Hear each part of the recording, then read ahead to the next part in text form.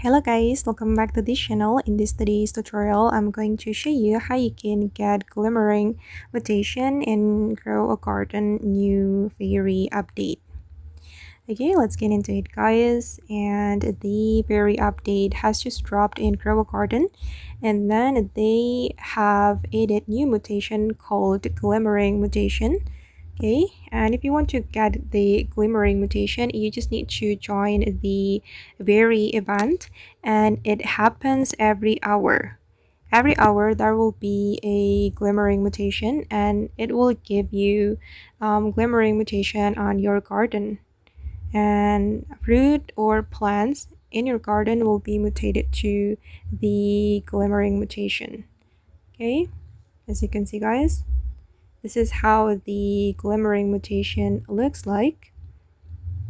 And then make sure that you join this event so you can get the Glimmering Mutation.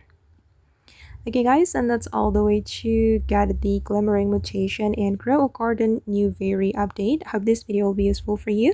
Thank you so much for watching, and bye!